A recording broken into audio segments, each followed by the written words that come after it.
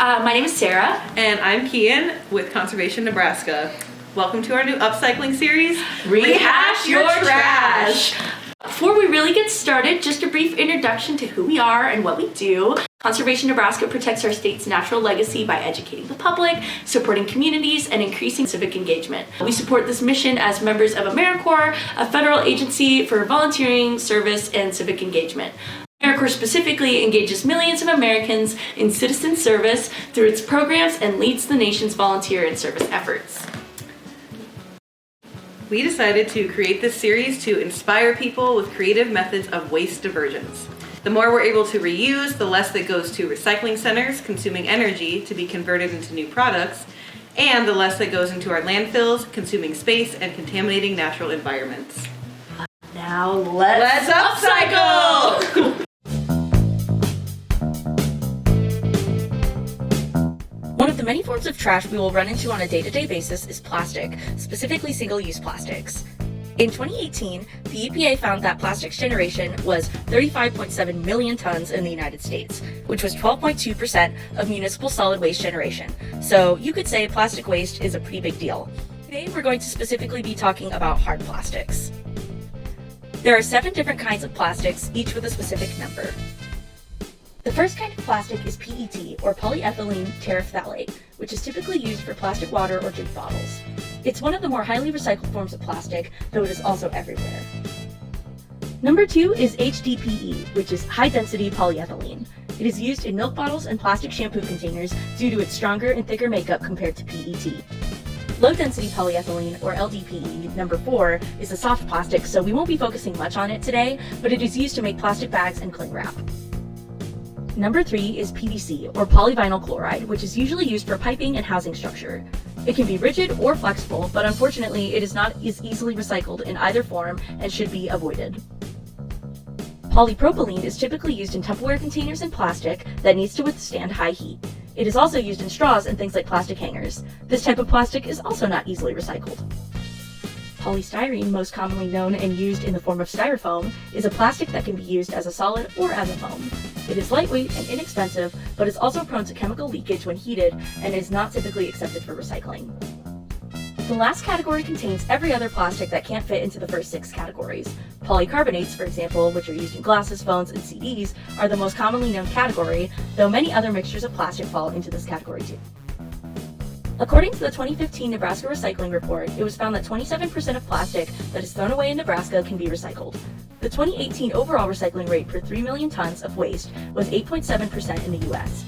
However, for PET bottles and jars, as well as HDPE natural bottles, the rate was higher at around 29% each. In today's project, we're making a wind chime out of plastic bottle caps.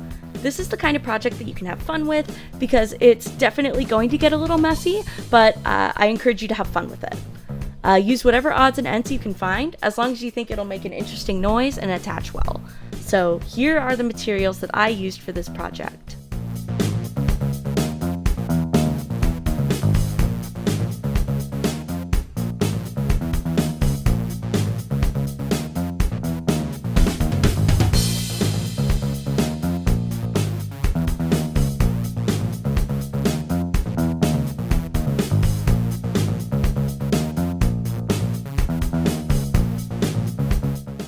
The first step to this project after you've decided on your design is to draw dots where you're going to drill the holes.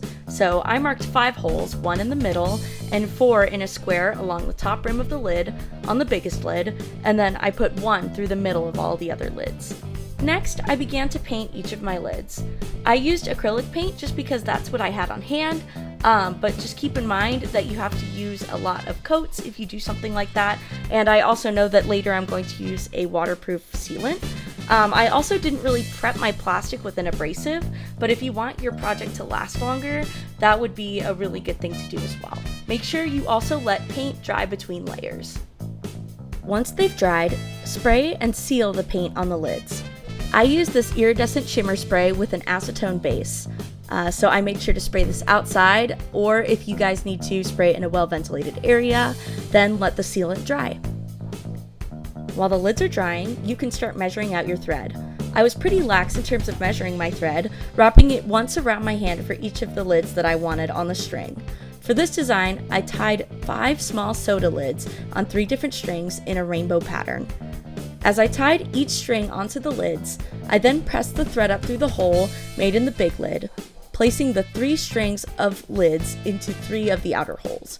So when I did this, I also tied it to a soda ring on the top that acted as a hanger for the chimes.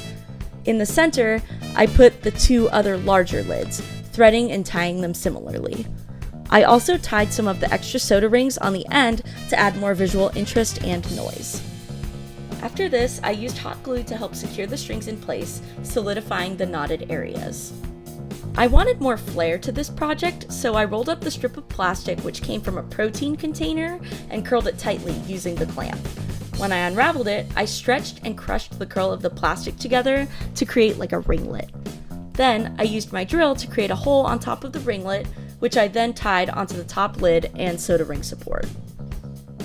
Finally, I make sure to cover up all my knots on the top soda ring by wrapping it in the thread that we were using earlier. So this is an easy way to cover your tracks and also secure the knots holding all the chimes to the soda ring. And there you have it, some ragtag wind chimes with a little bit of personality and a lot of color. You can adapt this project to be as simple and fun or as sophisticated and unique as you'd like. The beauty of this project is that nearly anything is a better fate for these single-use plastics than the landfill, so this is also a good opportunity to use random bits of plastic that you are just completely at a loss as to what to do with them. Although plastics aren't going away anytime soon, there's a lot you can do to give them a second life. Thanks for watching the 6th episode of this series. If you have any upcycling tips or questions, or if you decide to make your own plastic chimes, use the hashtag #RehashYourTrash and we will see it. Thank you for watching this episode of Rehash Your Trash. Make sure to subscribe down below and hit the bell if you want to be notified about the next episode or future events and webinars that Conservation Nebraska has planned. Thanks again for watching and have a great day.